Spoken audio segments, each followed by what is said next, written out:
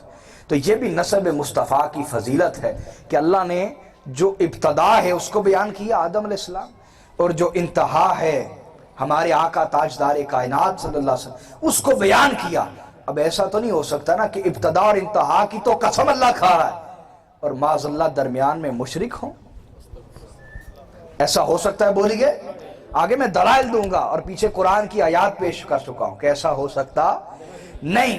اگر اللہ یہ ابتدا کی قسم کھا رہا ہے، جس کام کی ابتدا کی اللہ قسم کھائے اور انتہا کی قسم کھائے، اس کا مطلب یہ کہ وہ سارا کام ہی پاکیزہ ہے، وہ سارا معاملہ ہی بولیے پاکیزہ. تو یہ بھی نسب مصطفیٰ کی فضیلت اللہ نے بیان کی. نسب مصطفیٰ کی بولیے بات سمجھ گئے.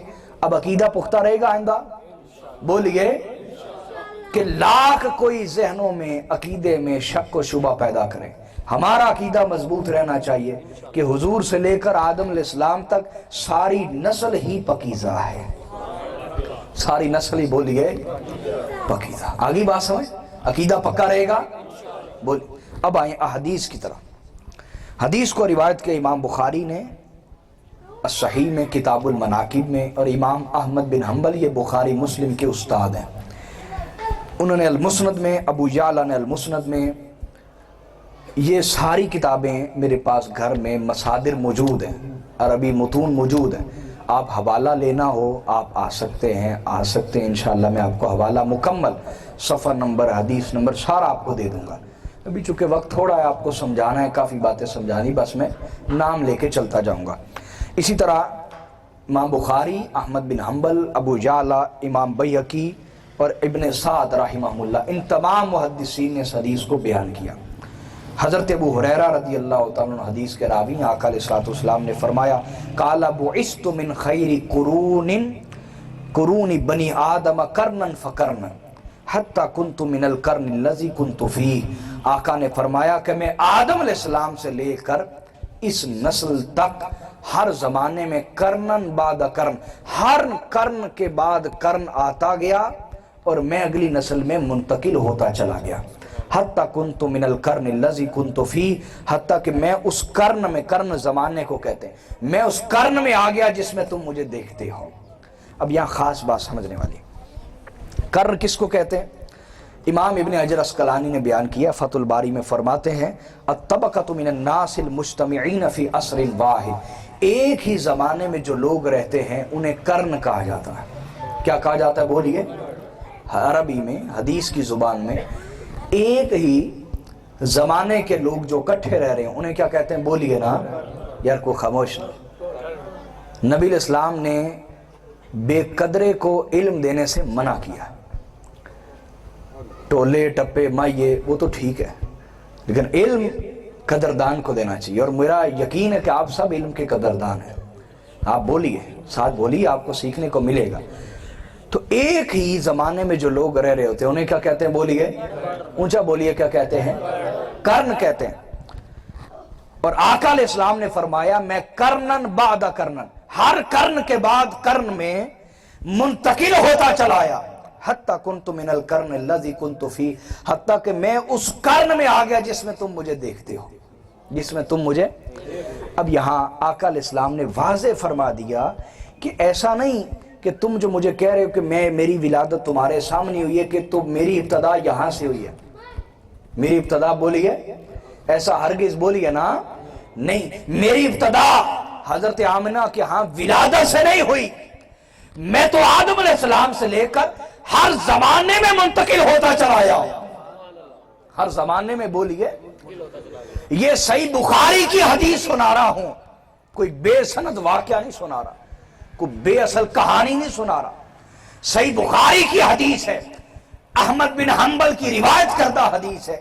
آقا نے فرمایا کہ میں اپنی والدہ کے ہاں پیدا ہونے سے میری ابتدا نہیں ہوئی، بلکہ آدم علیہ السلام سے لے کر ہر زمانے میں منتقل ہوتا چلا آیا ہوں، حتیٰ کہ میرا ظہور اس زمانے میں ہوا ہے جس میں تم مجھے دیکھ رہے ہو، جس میں تم مجھے بولیے دیکھ رہے۔ اور آقا نے پھر کیا فرمایا؟ فرمایا کرنن فکرنن، عربی زبان میں یا فائی، فرمایا کرن کے بعد کرن، کرن کے بعد کرن، یہاں بعد کا لفظ بھی آ سکتا ہے، بعد کا لفظ عربی کا ہی ہے، لیکن آقا علیہ السلام نے فا کے ساتھ بیان کیا، کرنن فکرنن، فا ہی ہے۔ فا کس لیے آئی ہے؟ امام قسطلانی نے اس پہ بڑی خوبصورت بات بیان فرمائی، اور حضرت ملا علی قاری نے بھی بیان فرمائی۔ توجہ ہے آپ کی، بولیے۔ یہ ٹھنڈی ہو گئی یار، تھوڑی ڈالیں، گرم ہو تھوڑی ڈالیں۔ سنیں، وہ فرماتے فالفاؤ فی قولی فکرنا للترتیب فی الفضل علی سبیل الترقی من الاباء من العبد الی الاقرب۔ وہ فرماتے، آقا نے فرمایا کہ میں آدم علیہ السلام سے لے کر آج تک ہر کرن کے بعد کرن میں پیدا ہوا، لیکن بعد کا لفظ استعمال نہیں فرمایا، فا کرنن فکرن، فا استعمال فرمایا۔ فا کیوں استعمال فرمایا؟ امام قسطلانی نے یہاں خوبصورت بات بیان فرمائی، فرماتے جو فا ہے یہ درجے اور فضیلت میں ترتیب کو بیان کر رہی ہے، سبحان اللہ، درجے اور فضیلت میں بولیے ترتیب کو بیان کر رہی ہے، کہ آقا بیان یہ کرنا چاہتے ہیں کہ ہرگز تمہارے ذہن میں یہ بات نہ آئے کہ زمانے کے بعد زمانے میں جس نسل میں منتقل ہوا اس میں کوئی ایسا بھی ہوگا جو فضیلت والا نہیں ہوگا، کوئی ایسا بھی ہوگا معاذ اللہ جو کمال والا ہوگا۔ فرمایا نہیں، کرنن فکرنن، آقا نے بعد کا لفظ استعمال نے کیا، فا کلمہ فا استعمال کیا، سمجھانا یہ چاہا کہ میری امت یہ مت سمجھنا کہ میرے آباء و اجداد میں سے کوئی ایسا بھی تھا جو شان میں کم ہو، جو مرتبے میں کم ہو۔ فرمایا نہیں، کرنن فکرنن، میرے جس بھی باپ اور جد کو دیکھو گے وہ دوسرے سے تمہیں اعلیٰ اور افضل نظر آئے گا، جس حوالے سے میرے نسب کو دیکھو گے، جس نقطہ نظر سے، جس زاویے سے میرے نسب کو دیکھو گے، میرا ہر باپ ہر دادا اپنے اعتبار سے تمہیں افضل و اعلیٰ نظر آئے گا، میرا ہر جد اعلیٰ ہے، ہر باپ اعلیٰ ہے، ہر جد اعلیٰ اور ہر بولیے باپ اعلیٰ ہے۔ تو آقا علیہ السلام نے شک و شبہ کو دور فرما دی، شک و شبہ کو بولیے دور فرما دی۔ آئی بات سمجھ آئی ہے؟ بولیے۔ اب سنیں دوسری روایت، حضرت واصلہ نے بیان کیا، کنہوں نے بولی؟ حضرت واصلہ رضی اللہ عنہ، صحابی، فرماتے ہیں حدیث کو بیان کیا امام مسلم نے الصحیح کتاب الفضائل، امام احمد بن حنبل، یہ جن کا میں حوالہ پہلے سنا چکا ہوں، بخاری مسلم دونوں کے استاد ہیں، انہوں نے المسند میں بیان کیا، امام ترمذی نے بھی، ابن حبان نے بھی، ابن ابی شیبہ، یہ بھی استاد ہے بخاری مسلم کے، انہوں نے بھی بیان کیا، امام ابو یعلا نے بھی بیان کیا۔ سنیں، توجہ ہے آپ کی، بولیے۔ آقا علیہ السلام نے فرمایا سمعت رسول اللہ، حضرت واصلہ فرما رہے میں نے آقا کو فرماتے ہوئے سنا۔ اب بات ہم پہلے کر چکے لیکن اس کی تائید حدیث سے آتی جائے گی، کوئی نہ کوئی نئی بات حدیث میں آتی چلی جائے گی۔ حدیث ہو سکتا ہے آپ کے ذہن میں ہے کہ یہ تو پہلے جیسی ہے جو سنا رہے ہیں، نہیں، پہلے جیسی نہیں ہوگی، ہر حدیث نئی ہوگی اور اس میں کچھ نئی چیز سیکھنے کو ہوگی۔ آگے سمجھ بات؟ بولیے۔ حضرت واصلہ بیان کرتے ہیں، فرماتے آقا علیہ السلام نے فرمایا ان اللہ اصطفیٰ کنانۃ من ولد اسماعیل، آقا نے فرمایا کہ اللہ نے ابراہیم علیہ السلام کی نسل میں سے اسماعیل علیہ السلام کو چنا۔ اس کو چنا بولیے یار، بولے نا، سارے نہیں بول رہے، بولیے۔ اسماعیل علیہ السلام کو چنا، اور اسماعیل علیہ السلام کی اولاد میں اللہ نے کنانا کو چنا۔ کس کو؟ حضور کے جد ہیں کنانا کو چنا۔ وَاصْطَفَىٰ قُرَيْشًا مِّن کنانا، اور کنانا کی نسل میں سے اللہ نے قریش کو چنا۔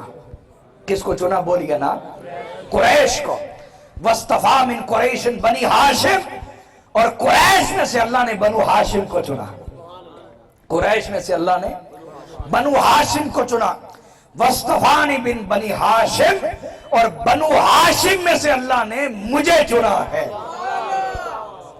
بنو ہاشم میں سے اللہ نے، توجہ نہیں کی آپ نے ویسے کہ میرے آقا کی ساری نسل اللہ کی چنی ہوئی ہے، اللہ کی بولیے۔ وہ اسماعیل ہو تو اللہ نے چنا ہوا ہے علیہ السلام، وہ کنانا ہو تو اللہ نے چنا ہے، وہ قریش ہیں تو اللہ نے چنا ہے، وہ حضرت ہاشم ہیں تو اللہ نے چنا ہے، وہ مصطفیٰ ہے تو اللہ نے چنا ہے۔ میرے آقا کا سارا نسب ایسا ہے کہ اللہ نے اسے چنا ہوا ہے، اللہ نے بولیے چنا۔ سمجھ آگئی بات؟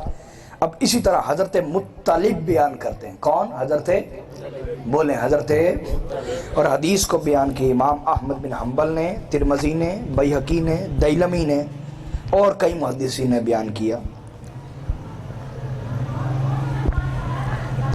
حضرت مطلب بن ابی وداع صحابی یہ بیان کرتے ہیں، قال جاء العباس الى رسول اللہ فکأنہ سمع شیئا۔ حضرت عباس بن عبد المطلب حضور اسلام کے چچا، آقا علیہ السلام کے بولیے چچا ہے آقا علیہ السلام کے پاس، اور انہوں نے کوئی بات سنی تھی۔ فقام النبی صلی اللہ علیہ وسلم علی المنبر، جب حضور علیہ السلام کو انہوں نے وہ بات سنائی تو حضور علیہ السلام جلال میں آ گئے، غصے اور جلال میں آ گئے۔ فقام علی المنبر، آقا علیہ السلام منبر پہ کھڑے ہو گئے، میرے نبی کا خطبہ سنانے لگا۔ توجہ ادھر ہو، سرکار کا خطبہ، آقا منبر پہ کھڑے ہو گئے۔ فقالا من انا، حضور نے فرمایا لوگوں بتاؤ میں کون ہوں۔ کیا پوچھا بولیے؟ میں کون ہوں پوچھا۔ قالو انت رسول اللہ علیہ السلام، صحابہ نے کہا کہ آپ اللہ کے رسول ہیں اور آپ پر سلام ہو۔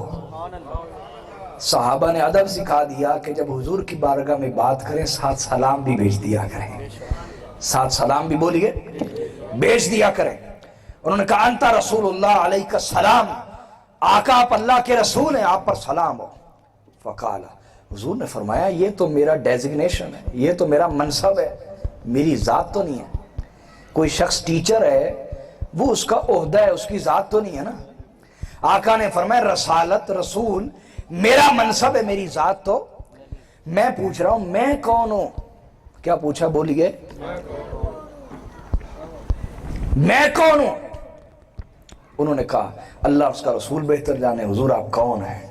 تو آقا علیہ السلام نے فرمایا سنو، انا محمد ابن عبداللہ ابن عبد المطلب، فرمایا سنو میں محمد بن عبداللہ ہوں، بن عبد المطلب ہوں۔ آقا اپنا نسب بیان کر رہے ہیں اور منبر پر کھڑے ہو کے اپنے آباء و اجداد کا تذکرہ کر رہے ہیں، اور اپنے آباء و اجداد کا نام لے کے آقا فخر فرما رہے ہیں۔ حضور نے فرمایا میں محمد بن عبداللہ بن عبد المطلب ہوں، بن عبد فخر تو نہیں، میں لفظ استعمال نہیں کرنا چاہیے۔ آقا علیہ السلام اظہار فرما رہے ہیں کہ اللہ نے مجھے نیکوں کی نسل سے پیدا فرمایا۔ فخر کا لفظ حضور کی شان کے خلاف ہے، تو فخر کا لفظ درست نہیں۔ تو آقا علیہ السلام اپنے آباء و اجداد کی شان کا اظہار فرما رہے ہیں، فرمایا میں محمد بن عبداللہ بن عبد المطلب ہوں۔ ان اللہ خلق الخلق فجعلنی فی خیرہم فرقہ، فرمایا سنو اللہ نے جب مخلوق کو پیدا کرنا چاہا تو انہیں دو حصوں میں بانٹ دیا، ایک انسان اور ایک غیر انسان۔ فجعلنی فی خیرہم فرقۃ، تو اللہ نے جو بہترین گروہ تھا اس میں مجھے رکھا، یعنی انسانوں میں رکھا۔ پھر فرمایا ثم جعلہم فرقتین فجعلنی فی خیرہم فرقہ، پھر اللہ نے ان انسانوں کے دو گروہ بنائے، عرب اور عجم، عرب اور بولیے عجم، اور جو سب سے بہتر تھا یعنی عرب، اللہ نے مجھے اس میں رکھا۔ پھر فرمایا ثم جعلہم قبائل، پھر اللہ نے عرب میں قبیلے بنائے۔ فجعلنی فی خیرہم قبیلۃ، تو جو سب سے بہتر قبیلہ تھا اللہ نے اس میں مجھے رکھا. ثم جعلہم بیوتا، پھر اللہ نے قبیلوں میں گھر بنائے. فجعلنی فی خیرہم بیتا، تو اللہ نے مجھے سب سے بہتر گھرانے میں رکھا. وخیرہم نسبا، اور مجھے سب سے بہتر نسب میں رکھا. تو میں گھرانے کے اعتبار سے بھی سب سے بہتر ہوں اور اپنے نسب کے اعتبار سے بھی سب سے بہتر ہوں. تو آقا علیہ السلام نے خود بیان فرما دیا. اب اس میں اضافہ ہے نا، اس میں بولیے. آقا نے فرمایا کہ میں اپنے گھرانے کے اعتبار سے بھی سب سے بہتر اور اپنے نسب کے اعتبار سے بھی. تو نسب مصطفیٰ وہ نسب ہے جس کو آقا بیان فرماتے ہیں اور اس کی شان کا اظہار خود فرماتے ہیں. اب یہاں تک بات سمجھ گیا؟ بولیے. آگے سنیں. اگلی جو حدیث ہے اس میں الفاظ کچھ ملتے جلتے ہیں لیکن اس میں کچھ نئی بات ہے ساتھ جو پیش کر رہا ہوں. حضرت عباس بن عبد المطلب بیان کرتے ہیں قال قلت یا رسول اللہ ان قریشا جلسوا فتذاکروا احسابهم بینہم فجعلوا مثلک مثل نخلۃ فی کبوۃ من الارض. حضرت عباس نے کہا یا رسول اللہ میں بہت دکھی ہو کے آیا ہوں. حضور نے فرمایا کیسے؟ کہا یا رسول اللہ یہ جو قریش ہے آپس میں بیٹھ کر اپنے حسب نسب کو بیان کر رہے ہیں اور انہوں نے آپ کے حسب نسب کو ایسے بیان کیا ہے جیسے کسی خستہ سی زمین کا ٹیلا ہو اور اس کے اوپر کھجور کا درخت لگا ہو. اب جو خستہ زمین ہوتی نرم زمین وہاں پہ درخت ٹھہرتا ہے؟ بولیے.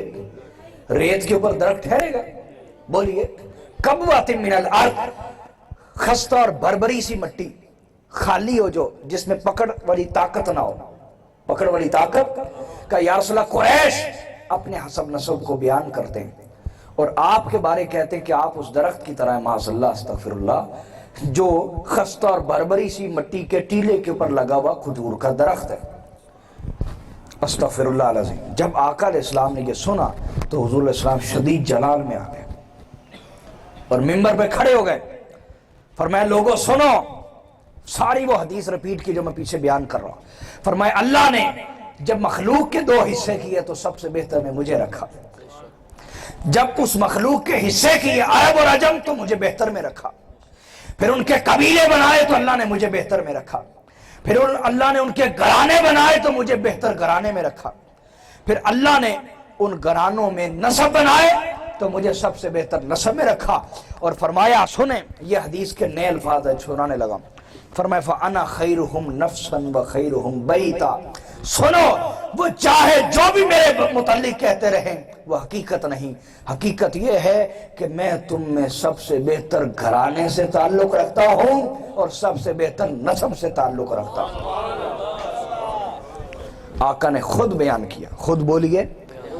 اسی طرح حدیث کو امام احمد بن حنبل نے بیان کیا. یہ ایک الگ سے اور حدیث ہے، ایک ہی بار بار نہیں سنا رہا. حضرت امام احمد بن حنبل اور ابن ابی شیبہ اور حاکم نے بیان کی. وہ کہتے ہیں آقا نے فرمایا انا خیرکم بیتا و خیرکم نفسا. یہ الگ حدیث. فرمایا میرا گھرانہ تم میں سب سے افضل ہے اور میرا نسب تم میں سب سے افضل ہے. یہاں تک بات سمجھ گئے؟ بولیے. قرآن و سنت سے سمجھ گئے؟ اب ہم کچھ خلاصہ نکالتے ہیں. کیا سمجھ آئی ہے؟ سمجھ یہ آئی ہے کہ اللہ نے بھی نسب مصطفیٰ کی شان کو بیان کیا ہے اور انہیں ساجدین قرار دیے کہ یہ ساجدین کا طبقہ ہے. ساجدین. اور آقا علیہ السلام نے بھی اپنی ساری نسل کو چنا ہوا قرار دیا. ساری نسل کو بولیے. اور یہ عقیدہ کس کا نہیں؟ یہ حدیث سنائی ہے میں نے ترمذی اور احمد بن حنبل کی. یہ عقیدہ مشرکوں کا تھا کہ وہ حضور علیہ السلام کے نسب کے متعلق شک و شبہ پیدا کرتے تھے. کن کا عقیدہ ہے؟ بولیے. بولے نا یار کس کا عقیدہ ہے؟ مشرکین کا عقیدہ ہے. لہذا جو شخص کلمہ بھی ان کا پڑھتا ہو اور دشمنی بھی انہی سے کرتا ہو، بے وفائی بھی انہی سے کرتا ہو، اسے گھر میں بیٹھ کے اکیلے سوچنا چاہیے کہ یہ عقیدہ تو مشرکوں کا تھا، میرے اندر کہاں سے آ گیا کہ میں نسب مصطفیٰ پر طعن کرتا ہوں، نسب مصطفیٰ پر اعتراض کرتا ہوں، نسب مصطفیٰ کے متعلق گھٹیا باتیں کرتا ہوں.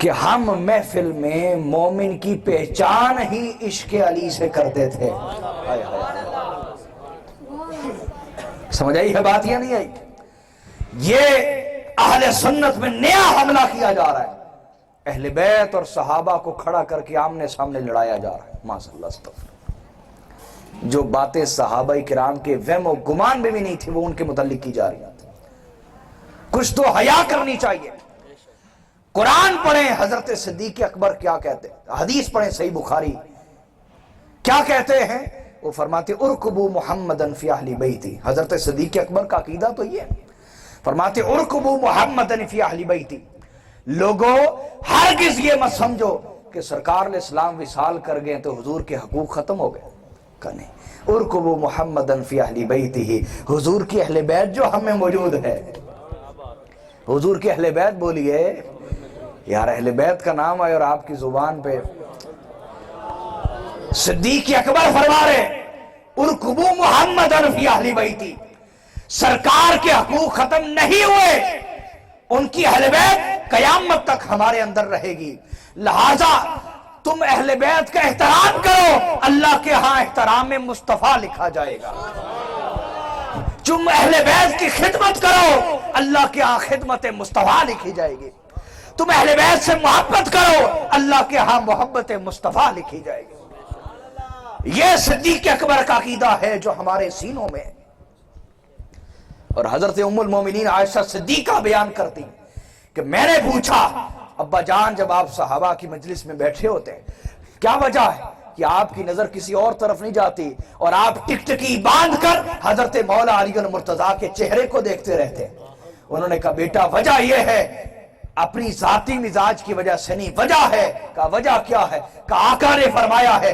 یہ حدیث بیان کون کر رہا ہے؟ حضرت صدیق اکبر. اور امت کو بتا کر رہا ہے ان کی صاحبزادی حضرت عائشہ صدیقہ. ابھی بھی ذہنوں میں کچھ فطور ہے. اللہ ہماری توبہ قبول فرمائے اور ہمیں توبہ کی سچی توبہ کی توفیق دے. کہاں جا رہے ہم؟ امت کو کیوں لڑوانا چاہتے ہیں؟ کیوں فرقہ پرستی کروانا چاہتے ہیں؟ امت میں کیوں دراریں ڈالنا چاہتے ہیں؟ کہیں اس کے پیچھے ہمارے پیٹ اور جیب تو نہیں ہے؟ غور کرنا چاہیے, ہمیں غور کرنا چاہیے. تو حضرت عائشہ صدیقہ کو کہہ رہے ہیں حضرت صدیق اکبر بیٹی وجہ یہ ہے کہ میں نے آقا کو فرماتے ہوئے سنا ہے النظر الی وجہ علی عبادہ, کہ علی کے چہرے کو بھی دیکھنا عبادت ہے. تو میں کسی محفل میں بیٹھ کر فارغ نہیں بیٹھتا, عبادت کرتا رہتا ہوں, عبادت کرتا رہتا ہوں. اور حضرت عائشہ صدیقہ سے پوچھا گیا یہ تو سعادت اسے ملے جو سامنے بیٹھا, اگر مولا علی جا رہے ہوں کو پیچھے سے دیکھو تو پھر پشت مبارک دیکھے. تو ام المومنین نے فرمایا ہاں حضور نے اس کے متعلق بھی فرمایا. نبی علیہ الصلوۃ والسلام نے فرمایا النظر الی علی عبادہ, علی کا چہرہ دیکھنا بھی عبادت ہے, یہ بھی فرمایا. اور جو چہرہ نہ دیکھ سکے تو فرمایا النظر الی علی عبادہ, علی کا چہرہ دیکھنا بھی عبادت ہے, علی کی پشت دیکھنا بھی عبادت ہے. اور حضرت ام المومنین سے پوچھا گیا یہ تو جو ان کے زمانے میں ہو یہ اسے شرف ملے, ہم تو ان کے زمانے میں نہیں, تو یہ والی عبادت کیسے کریں؟ کہا حضور نے اس کا بھی انتظام کر دیا ہے. آقا نے فرمایا ذکر علی عبادہ, علی کا ذکر کرنا بھی عبادت ہے. یہ عبادت کر رہے ہیں. تو ہم عقیدے کے صدیقی ہیں. عقیدے کے بولیے, یہ ہم نے تو صحابہ کرام سے یہ سیکھا ہے نا. ہم نے تو انہیں آمنے سامنے کھڑا کر کے دشمنوں کی طرح لڑتے نہ کبھی دیکھا, نہ پڑھا, نہ سنا. سمجھ آ رہی ہے بات؟ یہ ہم پر حملہ کیا جا رہا ہے اور مسلمانوں کو آپس میں لڑایا جا رہا ہے فرقہ پرستی کے لیے, دنگا فساد کے لیے. آئی بات سمجھ بولیے؟ سنیں حضرت مولا علی بیان کر رہے ہیں ان النبی صلی اللہ علیہ وسلم قال خرجت من نکاح ولم اخرج من صفاح. حضرت مولا علی بیان کرتے ہیں کہ نبی علیہ الصلوۃ والسلام نے فرمایا کہ میں نکاح کے ذریعے پیدا ہوا ہوں, صفاح کے ذریعے پیدا نہیں ہوا. صفاح کہتے ہیں زانی کو, بدکار کو. تو آقا نے فرمایا میری اجداد میں, میرے نسب میں ہر کوئی نکاح کرتا رہا, ان میں سے کوئی بھی صفاح تھا نہیں. بولیے صفاح تھا بدکاری کرنے والا تھا، ہر ایک نے نکاح کے ذریعے میرے نور کو منتقل کیا، زنا کے ذریعے میرا نور منتقل نہیں ہوا۔ آئے ہائے ہائے، بات سمجھ آئی؟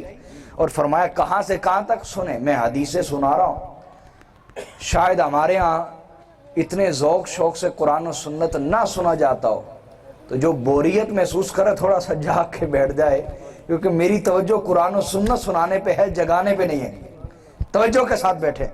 کہاں سے کہاں تک؟ آقا نے فرمایا من لدن آدم الی ان ولدنی ابی و امی، حضور نے فرمایا آدم سے لے کر میرے باپ اور میری ماں تک میرا نور ہمیشہ نکاح سے منتقل ہوا، کبھی زنا سے منتقل نہیں ہوا۔ سبحان اللہ، یہ آقا الاسلام نے خود بیان فرمایا، خود بولیے۔ اور اس کی تائید میں ایک اور حدیث بیان کرتا ہوں، یہ حدیث اور ہے، ایک ہی نہیں دہرانے لگا، اس کو حضرت عبداللہ ابن عباس نے بیان کیا، اس میں اضافہ ہے حدیث کا۔ آقا علیہ السلام نے فرمایا ما ولدنی من صفاہ اہل الجاہلیت شیء، حضور فرماتے کہ میری ولادت میں جاہلیت کا کوئی اثر نہیں ہے۔ آئے ہائے ہائے، سنیں یار ذوق کے ساتھ، میری ولادت میں جاہلیت کا کوئی اثر نہیں ہے۔ فرمایا وما ولدنی الا نکاح کا نکاح الاسلام، حضور فرماتے میری ولادت اس نکاح کے ذریعے ہوتی رہی جو نکاح اسلام میں کیا جاتا ہے۔ اتنے اشارے تو آقا دے رہے ہیں کہ میری نسل میں جس نے بھی نور میرا منتقل کیا، سب نے اسلام والا نکاح کیا۔ جب نکاح اسلام والا کیا وہ خود مسلمان نہیں تھے؟ بولیے نا یار، نکاح مسلمانوں والا کرتے رہے، خود مسلمان نہیں تھے۔ تو آقا نے فرمایا حدیث کے لفظ ہے کا نکاح الاسلام، میرے ہر باپ اور دادا نے اسلام والا نکاح کیا۔ کون سا بولیے؟ اسلام والا۔ اور اس حدیث کو امام طبرانی، بیہقی اور ابن عساکر نے بیان کیا۔ توجہ فرمائی آپ نے؟ تو اس سے کیا پتا چلا کہ آقا علیہ السلام کی ساری نسل ہی ایمان والی، ساری نسل ہی بولیے نا ایمان والی، سمجھ گئے؟ اور امام جلال الدین سیوطی نے بیان کیا، حضرت امام جلال الدین سیوطی بیان کرتے ہیں، اور امام رازی نے بھی بیان کیا، یہی ان کا عقیدہ، امام قسطلانی نے بیان کی، یہی ان کا عقیدہ ہے، حضرت ملا علی قاری یہی بیان کر رہے ہیں، اسی طرح اور بہت سارے محدثین یہی بیان کر رہے ہیں جو بیان کرنے لگا۔ وہ کہتے ہیں ان آباء النبی کانا علی التوحید و دین ابراہیم، یہ عقیدہ ہے ہمارے اکابرین کا کہ نبی علیہ السلام کے والدین توحید پر رہے اور دین ابراہیم پر رہے، توحید پہ رہے اور دین ابراہیم پر رہے۔ توجہ فرما رہے ہیں، حدیث میں نے بیان کر دی ہے، اب اکابرین کا عقیدہ کیا تھا وہ بیان کر رہا ہوں۔ اور اسی کو بیان کرتے ہوئے حضرت امام جلال الدین سیوطی فرماتے ہیں کہ یہ دلیل ہے کہ ہر زمانے میں ایسے لوگ رہے جو توحید پہ رہے۔ ان کے نام لکھے حضرت امام جلال الدین سیوطی نے، مثلا زید بن عمرو بن نفیل، جیسے قس بن سعد الساعدی، جیسے ورقہ بن نوفل، جیسے عمیر بن حبیب الجوہنی، اور اسی طرح عمر بن انبسا اور دیگر، جب وہ توحید پہ رہے تو ان سے زیادہ حضور کا خاندان حق والا تھا، اور وہ توحید اور دین ابراہیم پہ تھے، کیونکہ یہی تو حضرت ابراہیم کا گھرانہ تھا، یہی تو بولیے حضرت ابراہیم علیہ السلام کا بولیے نا گھرانہ تھا۔ اور اس کے اوپر حضرت امام فخر الدین رازی نے بھی بیان کیا، وہ فرماتے ہیں اس سے ثابت ہوا ان آباء النبی کلہم الی آدم علی التوحید لم یکن فیہم شرک۔ امام فخر الدین رازی نے بیان کیا، اس سے ثابت ہوا کہ آدم علیہ السلام سے لے کر آقا علیہ السلام کے والدین تک کوئی ایک بھی نہیں تھا جو مشرک ہو، بلکہ سب کے سب توحید پہ تھے، سب کے سب بولیے۔ اور اس پر امام فخر الدین رازی نے کیا خوبصورت دلیل دی، کیا خوبصورت بولیے نا یار دلیل دی، سنیں۔ فرماتے ہیں کہ آقا علیہ السلام نے ارشاد فرمایا، حضور نے فرمایا لم ازل انقل من اصلاب الطاہرین الی ارحام الطاہرات، حضور فرماتے ہیں کہ ہر نسل میں، یہ الگ حدیث ہے میں نے پہلے نہیں سنائی آپ کو، حضور فرماتے ہیں کہ ہر نسل میں میں پاکوں سے پاکوں میں منتقل ہوتا رہا ہوں۔ اور یہاں حدیث کے الفاظ سمجھے، فرمایا من اصلاب الطاہرین، طاہرین مردوں کے لیے آتا ہے کہ میں پاک مردوں سے الی ارحام الطاہرات، پاک عورتوں کے رحم کہتے ہیں ماں کے پیٹ کو، ماں کے، سمجھ آگئی؟ اب حدیث سمجھے، آقا نے فرمایا میں ہر نسل میں پاک مردوں سے پاک عورتوں کے پیٹ میں منتقل ہوتا آیا ہو. میری ہر نسل پاکیزہ. تو پہلے تو میں ثابت کرتا رہا ہوں نا، اب آقا علیہ السلام نے خود فرما دیا ہے، خود فرمایا کہ میں پاک مردوں سے پاک عورتوں میں منتقل ہوتا چلا آیا ہوں. سبحان اللہ. اور حضرت امام فخر الدین رازی فرماتے ہیں کہ تم نے غور نہیں کیا کہ قرآن نے کہا انما المشرکون نجس، کہ مشرکین ناپاک ہیں. قرآن نے مشرکوں کو ناپاک قرار دیا، اور آقا فرما رہے ہیں میں پاک مردوں سے پاک عورتوں میں منتقل ہوتا چلا آیا ہوں. ابھی بھی تمہیں بات سمجھ نہیں آئی کہ حضور کے نسب میں ہر فرد ہی توحید پہ تھا اور ہر فرد ہی دین ابراہیم پہ تھا. کوئی بھی ان میں مشرک بولیے. آگی بات سمجھ کے نہیں آئی؟ اچھا، یہاں آپ کے ذہن میں ایک سوال پیدا ہو سکتا ہے، وہ یہ کہ قرآن نے کہا ہے کہ ابراہیم علیہ السلام کے جو باپ تھے آزر وہ مشرک تھے. قرآن پڑھیں گے نا آپ تو قرآن میں ہے ابراہیم علیہ السلام کے باپ آزر کیا تھے؟ بولیے نا یار، ڈر کیوں رہے، میں جواب دوں گا آپ کو. کیا تھے بولیے؟ مشرک.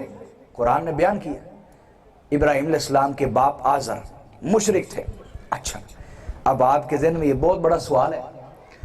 اچھا، ایک شخص نے کہا یہی بات دلیل ہمیں دینا، تو میں نے اسے یہ عرض کی کہ میں نے کہا کہ عرب کا رواج تھا کہ وہ چچا اور تایا کو بھی باپ کہتے تھے.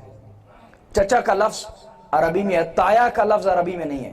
اردو میں تائے کا لفظ ہوتا ہے، عربی میں تائے کو بھی چچا ہی کہتے ہیں، چچا کو بھی تایا کہتے ہیں. ام کہتے ہیں، ام چچا کو بھی کہتے ہیں اور ام بولیے تائے کو. تائے کا لفظ عربی میں نہیں ہے.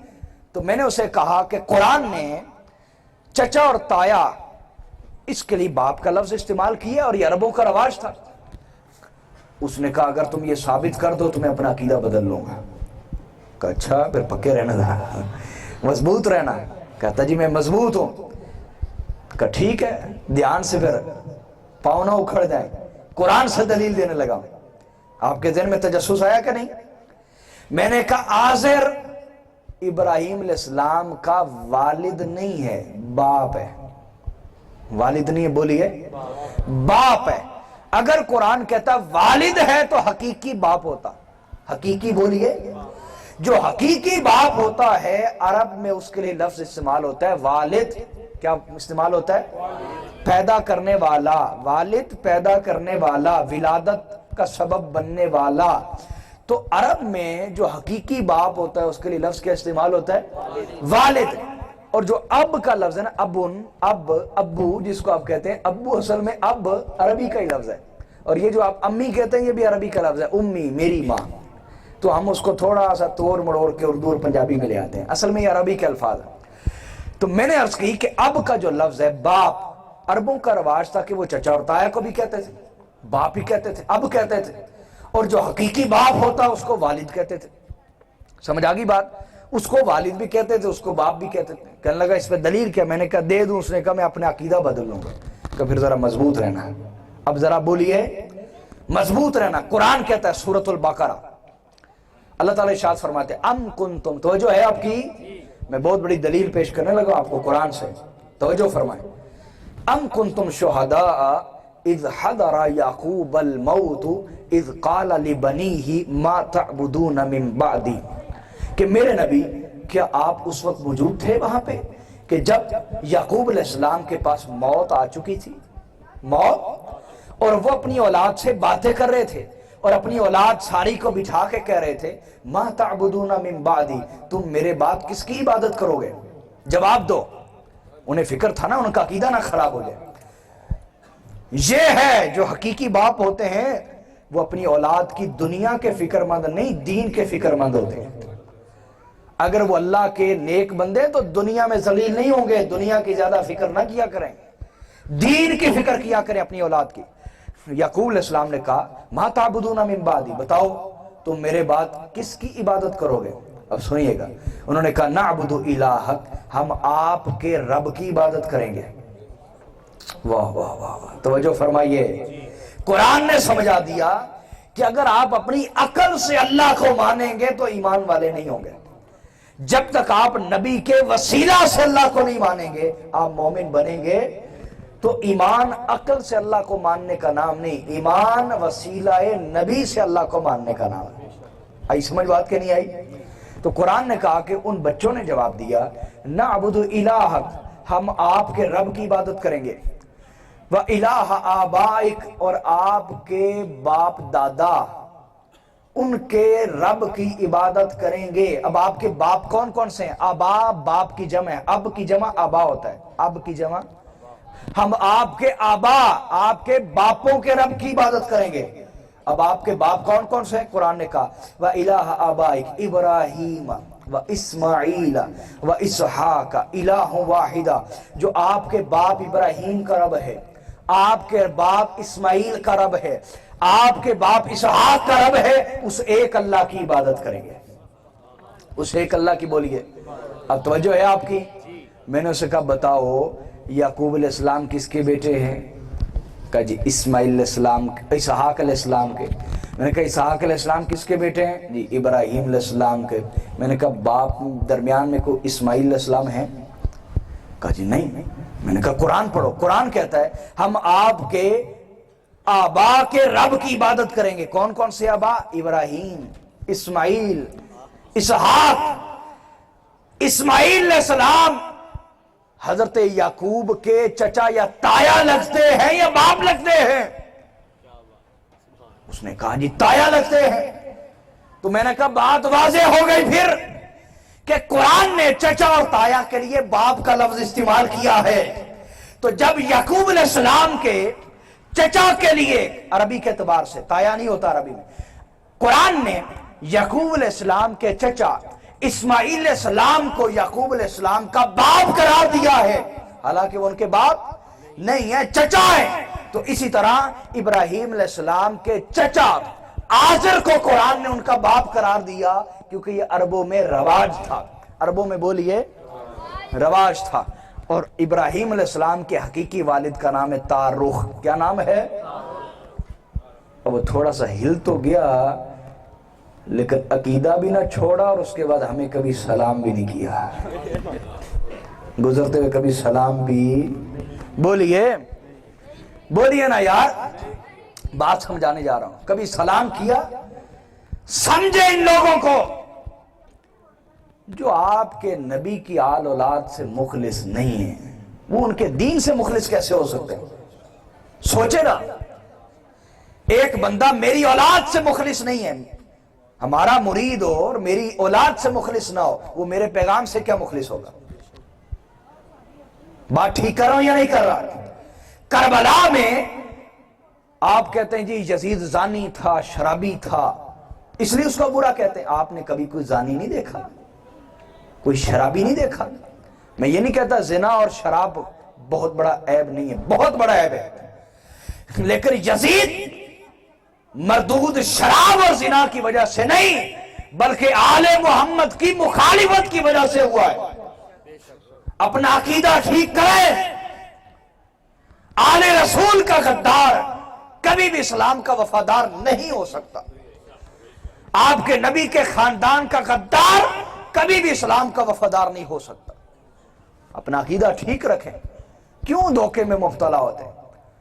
آپ اپنے آقا کے غلام ہیں، آپ کا پہلا تعلق حضور کے خاندان سے ہے، ان فسادی علماء اور فسادی پیروں سے نہیں ہے۔ آپ ان سے وفادار ہوں جن سے آپ کو ہونا چاہیے، آپ کیوں دھوکے میں مبتلا ہیں؟ آئی بات سمجھ کے نہیں آئی؟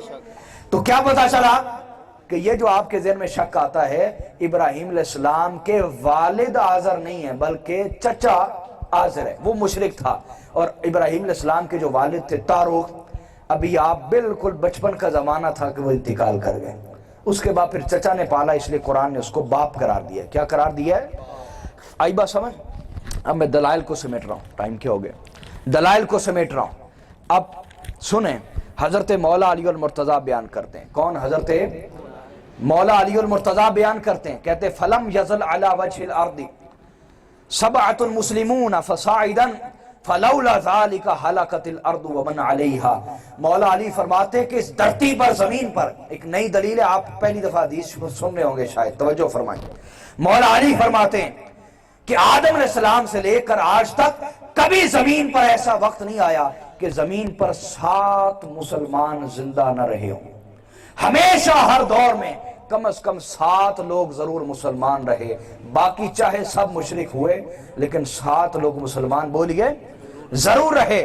اسی طرح حضرت عبداللہ ابن عباس فرماتے ہیں، اس حدیث کو امام عبدالرزاق نے، سیوطی نے، قرطبی نے، جلال الدین سیوطی نے، کئی محدثین نے بیان کیا. حضرت عبداللہ ابن عباس نے بھی فرمایا ما خلت الارض من بعد نوح من 7 يدفع اللہ بہم عن اہل الارض. فرمایا کہ نوح علیہ السلام سے لے کر آج تک کبھی زمین پہ بھی وقت نہیں آیا کہ یہاں پر 7 لوگ مسلمان نہ رہے ہوں. ہمیشہ کم از کم 7 لوگ مسلمان رہے. انہی کے وسیلے سے اللہ زمین سے عذاب اٹھاتا تھا. انہی کے وسیلے سے اللہ بولیے زمین سے عذاب اٹھاتا تھا. اب توجہ فرمائیں، یہاں آیا نوح علیہ السلام کے بعد، تو آپ کے ذہن میں آ سکتا ہے کہ نوح علیہ السلام سے پہلے والے حضور کے خاندان والے، ہاں اس کے بارے بھی حدیث سن لیں. نبی علیہ السلام نے فرمایا، سنیں، آقا نے فرمایا ما بین آدم و نوح 10 قرون. فرمایا آدم علیہ السلام اور نوح علیہ السلام کے درمیان 10 قرون ہیں، یعنی 100 سال. کتنے بولیے نا؟ 10 قرون، 1000 سال کا فاصلہ ہے. کتنا بولیے؟ 1000 سال کا. آدم علیہ السلام کے بعد نوح علیہ السلام کب آئے ہیں؟ 10 قرون، 1000 سال کے بعد. کتنے؟ 1000 سال کے بعد. اور آقا نے فرمایا کلکم علی شریعہ، کلہم علی شریعہ. آدم علیہ السلام سے لے کر نوح علیہ السلام کے زمانے تک تمام مخلوق اللہ کی شریعت میں رہی. ان میں سے کوئی بھی کافر نہیں تھا. ان میں سے کوئی بھی کافر، بولیے. لوگوں میں شرک تب پھیلا جب نوح علیہ السلام کی قوم آئی. نوح علیہ السلام کی قوم وہ پہلی قوم ہے جنہوں نے شرک پھیلایا اور شرک کے پیچھے چلے. اس سے پہلے کوئی بھی کافر نہیں تھا. اور حضرت عبداللہ ابن عباس نے فرمایا نوح علیہ السلام سے لے کر رسول اللہ کے زمانے تک ہمیشہ 7 لوگ ہر زمانے میں، ہر صدی میں رہے جو مسلمان رہے. اب توجہ فرمائیں، اب وہ جو 7 لوگ تھے وہ کون سے لوگ تھے؟ اگر وہ حضور کے گھرانے والے نہیں تھے تو پھر کون تھے؟ اور کون تھے؟ سمجھ آئی بات کی کہ نہیں آئی؟ یہ میں اپنی بات نہیں کر رہا، حضرت امام جلال الدین سیوطی نے یہ بیان کیا اور دیگر کئی محدثین اس کو بیان کر رہے ہیں. وہ کہتے ہیں وہ جو ہر زمانے میں 7 لوگ رہتے تھے مسلمان، وہ سرکار صلی اللہ علیہ وسلم کے آباء و اجداد تھے.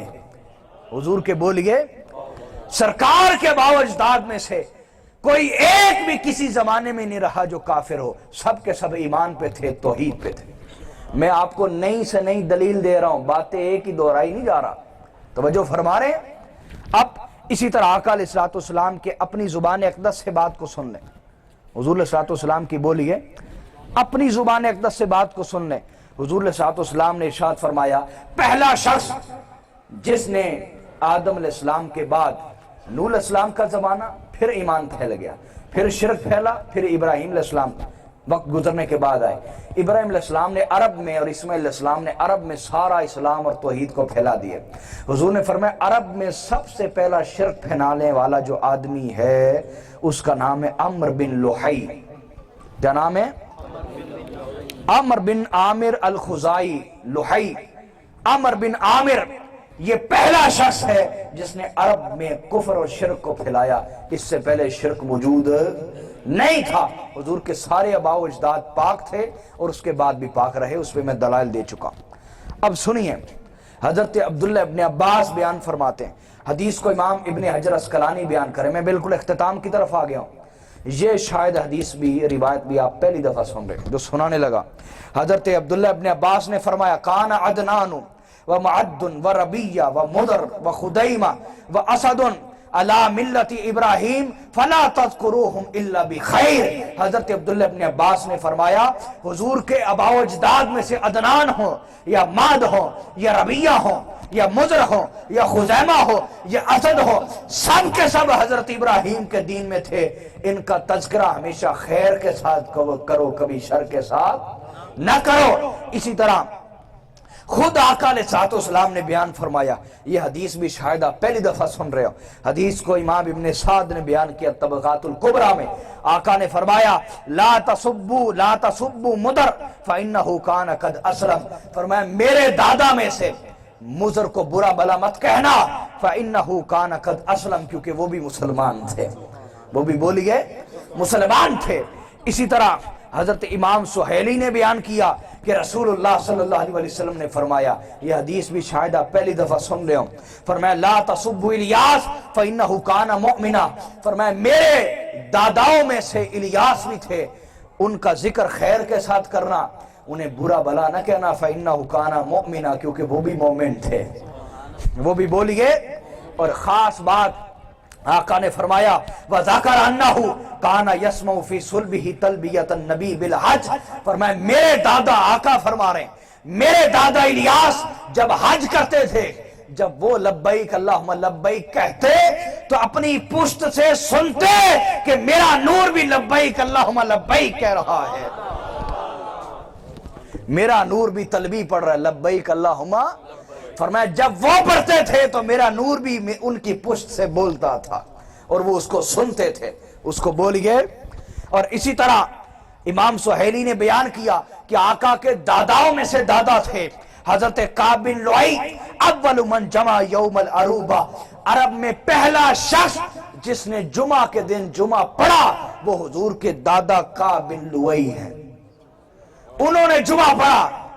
جمعے کے دن کو جمعہ نہیں کہا جاتا تھا، اس کو جمعہ کیوں کہنے لگا، کیوں کہا جانے لگا؟ کیونکہ حضور علیہ السلام کے داداؤں میں سے دادا تھے کعب بن لؤی، وہ سارے عرب کو جمع کرتے اور خطبہ دیتے اور بتاتے کہ میری نسل سے وہ پیغمبر آنے والا ہے جو تمام نبیوں کا سردار ہے، جو تمام نبیوں کا بولیے۔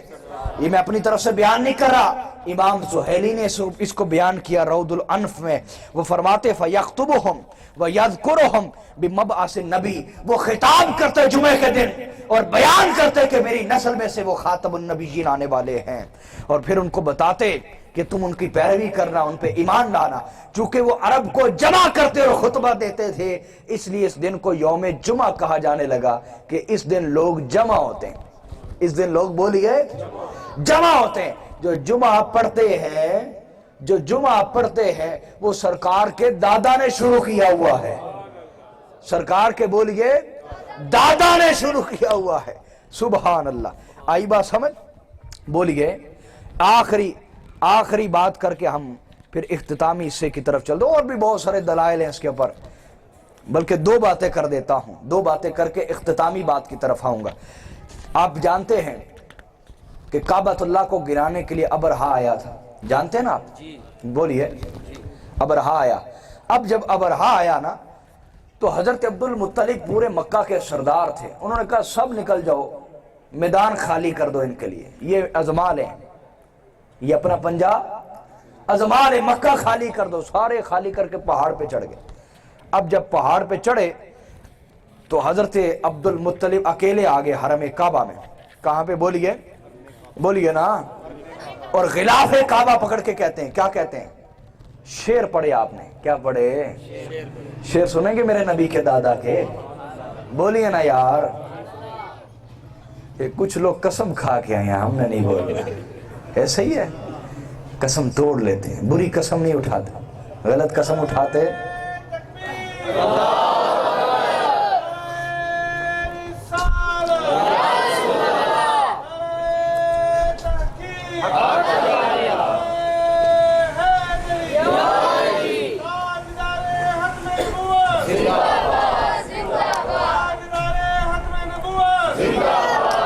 حضرت عبد المطلب حرم کعبہ میں آگئے، غلاف کعبہ پکڑ لیا اور وہ ہاتھ اٹھا کے کہنے لگا اللہم ان المرء یمنع رحلہ فامنع رحالہ، کہنے لگے باری تعالیٰ ہر بندہ اپنے گھر کی حفاظت کرتا ہے، اے اللہ، بات یہاں سے شروع کی، اللہم اے اللہ ہر بندہ اپنے گھر کی حفاظت کرتا ہے، تو بھی تو اپنے گھر کی حفاظت فرما، ہائے ہائے تو بھی تو اپنے گھر کی حفاظت فرما۔